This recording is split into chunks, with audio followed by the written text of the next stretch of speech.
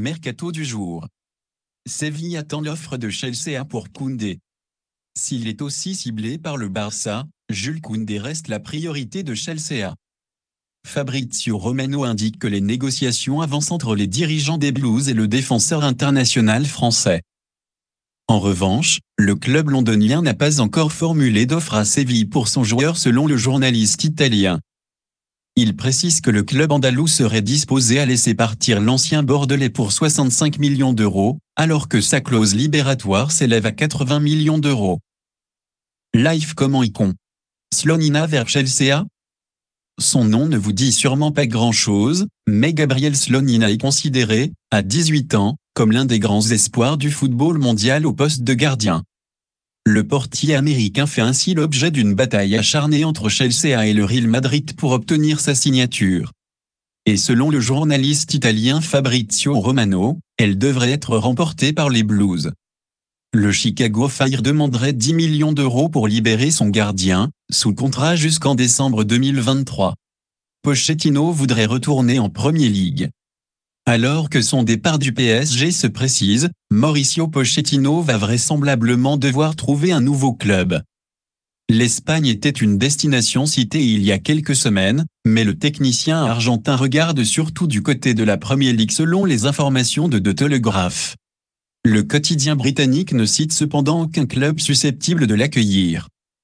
Manchester United, qui voyait en lui le successeur potentiel d'Ole Gunnar Solskjaer à l'automne dernier, s'est finalement attaché les services d'Eric Ten Hag.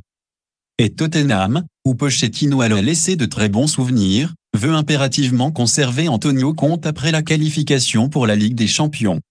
Chelsea optimiste pour Dembélé. On ne sait toujours pas de quoi l'avenir d'Ousmane Dembélé sera fait. Mais il pourrait bien se situer en Premier League. Sky Sport indique que Chelsea, l'un des principaux courtisans pour l'ailier français, est optimiste pour obtenir sa signature. Dembélé, 25 ans, arrive en fin de contrat avec le FC Barcelone et les négociations pour une prolongation avec le club catalan n'ont toujours pas abouti. Borja Mayoral veut être fixé. Après avoir enchaîné les prêts durant 4 saisons, Borja Mayoral ne désespère pas de percer enfin au Real Madrid, à 1 an du terme de son contrat. Mais la concurrence est rude au poste d'avant-centre avec Karim Benzema, Luka Jovic et Mariano Diaz.